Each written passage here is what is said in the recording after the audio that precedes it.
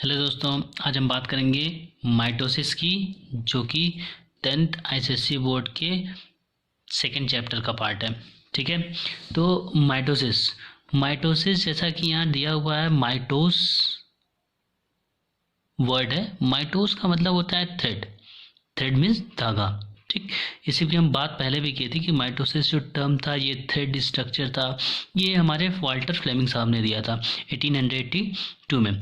Mitosis actually करता कहाँ पे होता है? माइटोसिस सेल डिवीजन का ही पार्ट है। सेल डिवीजन दो टाइप के होते हैं, एक माइटोसिस और मियोसिस।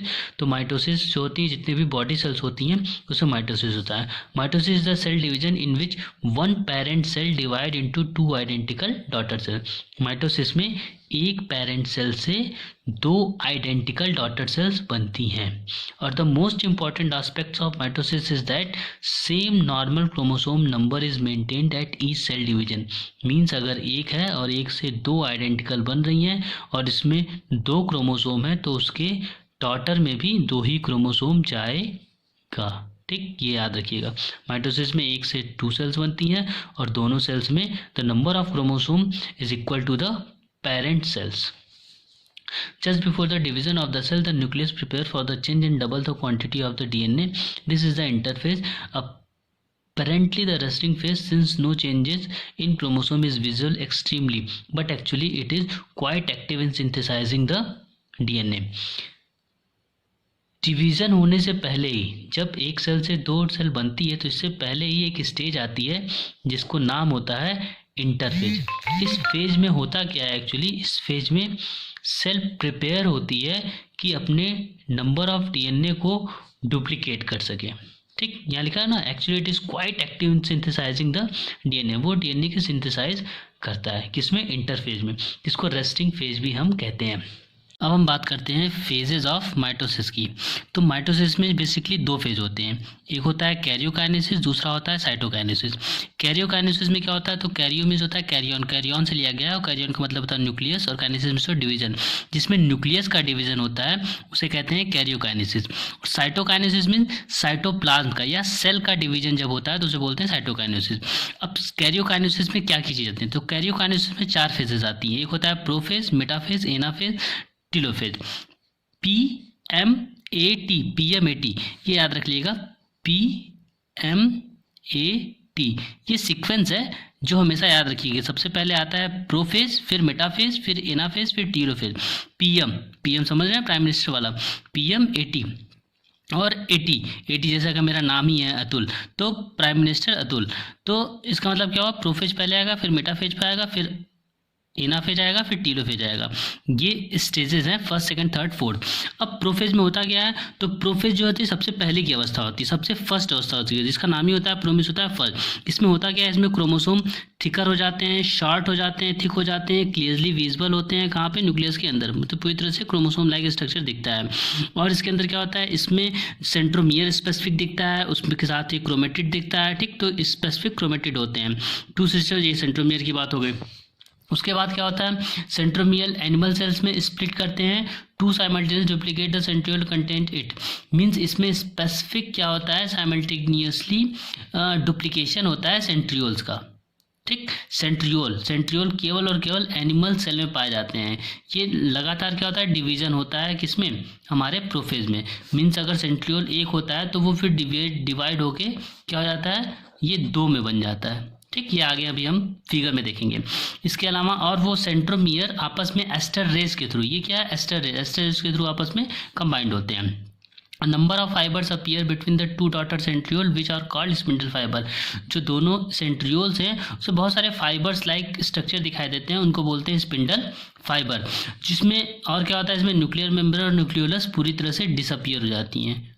ठीक, the duplicate chromosome start moving toward the equator. और जो डुप्लीकेट क्रोमोसोम्स होते हैं, स्पेसिफिक जो क्रोमोसोम लाइक वो इक्वेटर में आना स्टार्ट करते हैं, आते नहीं है, स्टार्ट करते हैं।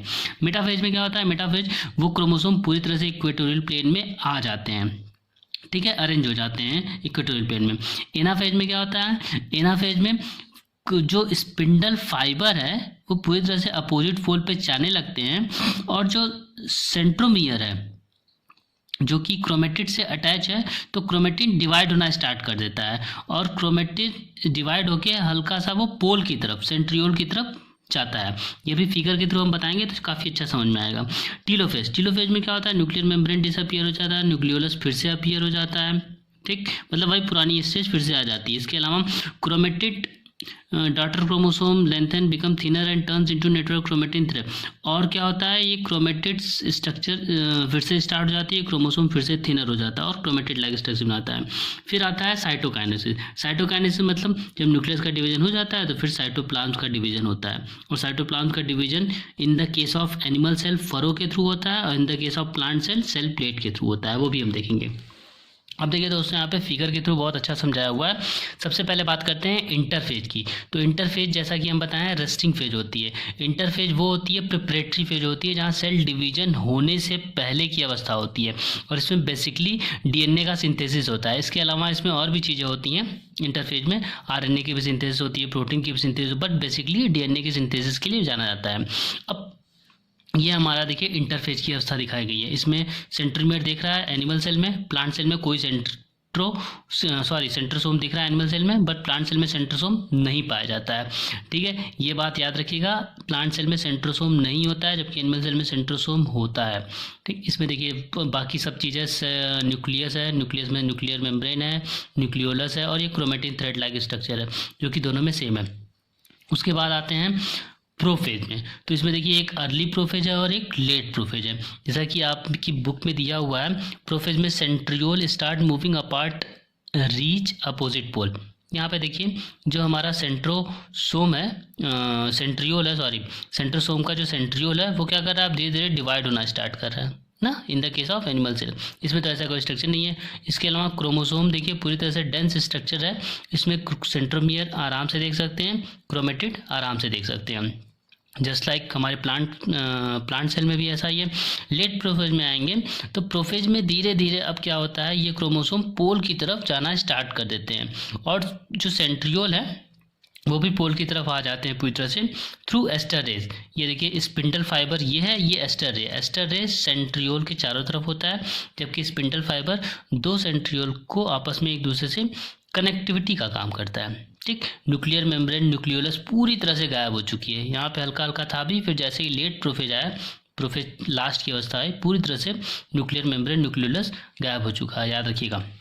उसके बाद आता है मेटाफेज बहुत ही आसान है। मेटाफेज में क्या होता है, सारे क्रोमोसोम एक इक्वेटोरियल प्लेट में आ जाते हैं, देखिए एनिमल सेल में भी आ गए हैं और प्लांट सेल में भी आ गए हैं। ठीक, और जो इसका क्रोमेटिड है, इसका जो सेंट्रोमियर है वो हमारे इस स्पिंडल फाइबर के थ्रू पूरी तरह से अटैच है, एकदम थ्रू इस तरह। देखिए chromosome lined up in each chromosome get attach to the spindle by its centromere, ये चीज़ है। उसके बाद एनाफेज आता है। एनाफेज में क्या होता है, एनाफेज में अब ये जो क्रोमोसोम था ये स्प्लिट होने लगा है, सेंट्रोमियर डिवाइड हो, क्योंकि सेंट्रोमियर पोल की तरफ भागने लगता है और ये डिवाइड हो जाता है। ये 4 क्रोमेटिड में देखिए 2-2 क्रोमेटिड इधर आ जा रहा है, तो ये पोल की तरफ स्टार्टिंग हो जाती है अर्ली एनाफेज में। सेम प्लांट सेल में भी होता है और लेट एनाफेज में जाते जाते पूरी तरह से पोल की तरफ आ जा रहा है। इसके अलावा यहाँ पे हल्का सा ग्रूव बनने लग रहा है जिसको बोलते हैं फरो स्टार्टिंग हो जाती है। ठीक, कहाँ, एनिमल सेल में, जबकि इसके इसमें सेल प्लेट बनता है। ठीक है, वही सारी चीज़ें यहाँ पे लिखी हुई। अब देखिए यहाँ पे टीलोफेज की बात करें तो टीलोफेज में अब 2 sets of daughter chromosome reach opposite, पूरी तरह से डॉटर क्रोमोसोम अपने पोल पे पहुंच गई हैं। अब यहाँ पे न्यूक्लियर मेम्ब्रेन आना स्टार्ट हो गया है, यहाँ भी न्यूक्लियर मेम्ब्रेन आना स्टार्ट हो गया है। ठीक, न्यूक्लियोलस भी धीरे धीरे आएगा, लेकिन अभी नहीं, थोड़ा बाद में। ये देखिए फरो और ज़्यादा अंदर जा रहा है, यहाँ पे सेल प्लेट का फॉर्मेशन होने लग रहा है। Cell plate is laid down in the cytoplasm at the equatorial plane. Plant cell में सेल प्लेट बनती है। ठीक, और फिर उसके बाद जब साइटोकाइनेसिस होता है तो साइटोकाइनेसिस में पूरी तरह से साइटोप्लाज्म का डिवीजन हो जाता है और साइटोप्लाज्म का डिवीजन होके ये 2 अलग अलग सेल्स बन जाती हैं, स्प्लिट कर जाती हैं। तो एक सेल हमारी 2 सेल्स में पूरी तरह से डिवाइड हो गई। Same in the case of animal cell, same in the case of plant cell. अब यहाँ देखिए लिखा हुआ है कैरियोकाइनेसिस साइटोकाइनेसिस क्या होता है, मैं पहले बता चुका हूँ। जिसमें न्यूक्लियस का डिवीजन हो दैट्स कैरियोकाइनेसिस, जिसमें साइटोप्लाज्म का डिवीजन हो वो साइटोकाइनेसिस होता है। Difference in mitosis in animal and plant cell. तो ये छोटा सा है, इसको आई थिंक आप लोग याद रखेंगे। एनिमल्स में एस्टर का फॉर्मेशन हो रहा है, जबकि प्लांट्स में एस्टर रेज की टाइप का कोई स्ट्रक्चर नहीं बनता है। साइटोकाइनेसिस इसमें एनिमल में फरोइंग के द्वारा होता है, जबकि प्लांट से इसमें सेल प्लेट के द्वारा होता है। बहुत ही इंपॉर्टेंट है, जो कि नीट के एग्जाम्स में भी पूछे जाते हैं। ये क्या होता है, मोस्ट टिश्यूज़ में through out the body growth and replacement, mainly ये सोमेटिक सेल्स में पाई जाती हैं। किसमें? सोमेटिक सेल्स में। बट प्लांट के इसमें जाते हैं तो ये जान ली क्या, टिप्स, जो ग्रोइंग टिप्स होती हैं, चाहे वो शूट की ग्रोइंग टिप्स हो, रूट की ग्रोइंग टिप्स हो, उसमें ज़्यादातर पाया जाता है, क्योंकि उसमें ग्रोथ ज़्यादा होती है। ठीक, यहाँ पे एक कन्फ्यूज़न दूर किया है कि पेरेंट और डॉटर क्या होता है। तो पेरेंट का मतलब होता है जहाँ से सेल्स ओरिजिन होती है। डॉटर यहाँ से कोई फेमिनाइन वर्ड नहीं दिया गया है। डॉटर इज़ द इसकी ऑफ स्प्रिंग को डॉटर कहा गया है। ठीक, डॉटर का मतलब ये ना लिखिएगा कि वो ये फेमिनाइन है, it's not for the feminine. Okay, अब सिग्निफिकेंस क्या है? तो सिग्निफिकेंस माइटोसिस के क्या, हमारे ग्रोथ में हेल्प करता है, रिपेयर करता है, जैसा कि हम पहले भी पढ़े हैं, रिप्लेसमेंट में हेल्प करता है। एसेक्सुअल रिप्रोडक्शन, जो कि हमारा अमीबा इस सेल्स में होता है, उस तरह के एसेक्सुअल रिप्रोडक्शन में हेल्प करता है। और same chromosome number daughter cells में क्या करता है, ये मेंटेन करता है। इसके बाद ये देखिए, ये एक बुक में आपको दिखाई गई है सेल, जिसमें अलग अलग स्टेजेस हैं। जैसे कि अगर हम देखा जाए, ये एनिमल टिश्यू है कोई, ये पहला नंबर क्या है, ये प्रोफेज को दिखा रहा है। ठीक है दोस्तों, ये इंटरफेज है, सॉरी, ये हमारा इंटरफेज है। इंटरफेज मतलब इसमें न्यूक्लियर मेम्ब्रेन है। और दूसरे नंबर पे जब न्यूक्लियर मेम्ब्रेन धीरे धीरे गायब होना स्टार्ट होंगी और प्रोफेज स्टेज आएगी। ठीक, दूसरा नंबर जो दिखा रहा है वो प्रोफेज है। तीसरे नंबर में जाएंगे तो ये मेटाफेज स्टेज है। मेटाफेज मतलब सेल जो है क्रोमोसोम इक्वेटोरियल प्लेन में आएगा। और फिर चौथे नंबर यहाँ पे है, तो यहाँ पे अब अलग अलग डिवाइड हो रहा है, मतलब ये एनाफेज है। ठीक, पाँचवें नंबर पे आएंगे तो पाँचवें नंबर पूरी तरह से ये फरो का निर्माण हो जा रहा है। फरो का निर्माण हमारा कहाँ हो रहा था, टीलोफेज में हो रहा था, तो ये टीलोफेज है। और फिर लास्ट में हमारा सेल डिवाइड हो रहा है, जो कि साइटोकाइनेसिस है। तो एक से हमारे 2 सेल्स बन गए हैं, तो ये दिखा रहा है। उसके बाद बात करते हैं mitochondria and chloroplast in cell division. तो दोस्तों, माइटोकॉन्ड्रिया और क्लोरोप्लास्ट में इसका खुद का डीएनए होता है। Okay, they also contain ribosome भी होता है। बोथ, चाहे mitochondria and chloroplast, divide of their own by simply fission के द्वारा डिवाइड करते हैं, just splitting into 2 and partition between the 2 daughter cells produce by mitosis. ये माइटोसिस के द्वारा डिवाइड होते हैं। तो अगर कोई पूछे माइटोकॉन्ड्रिया क्लोरोप्लास्ट सेल में कैसे डिवाइड होते हैं, तो माइटोसिस के द्वारा ही डिवाइड होते हैं, ये याद रखिएगा। एक छोटा सा पोर्शन और कवर कर लेते हैं कि how old are some our body cells. तो हमारे जितने भी बॉडी सेल्स हैं वो अलग अलग उनकी लाइफ साइकिल्स होती है, लाइफ स्पान होती है। जैसे कि अगर आई लेंस और नर्व सेल्स की बात करें या मसल सेल्स की बात करें, जो कि लास्ट लाइफ टाइम होती है, मतलब एक बार बन जाती हैं तो फिर वो दोबारा उसमें डिवीज़न नहीं होता है। दिखा है ना, वंस डेड, एक बार अगर मर भी गई तो वो फिर रिप्लेस नहीं होती हैं। स्किन सेल्स की बात करें तो रिप्लेस होती रहती हैं, कब, एवरी 2 वीक्स में। रेड ब्लड सेल्स की बात करें तो 120 दिन में, 120 डेज में वो रिप्लेस हो जाती हैं। बोन सेल्स की बात करें तो वो 10 साल में या इससे ज़्यादा ईयर्स में वो क्या होती हैं, रिप्लेस होती हैं। एपिथेलियल सेल्स हर 5 डेज में रिप्लेस होती हैं।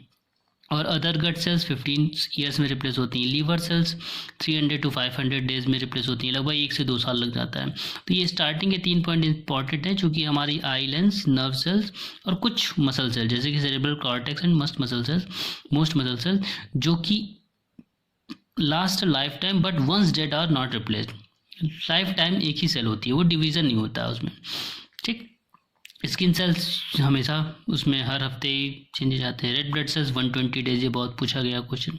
ठीक है दोस्तों, तो आज के लिए इतना ही, फिर हम बात करेंगे सेल साइकिल। तब तक के लिए गुड बाय।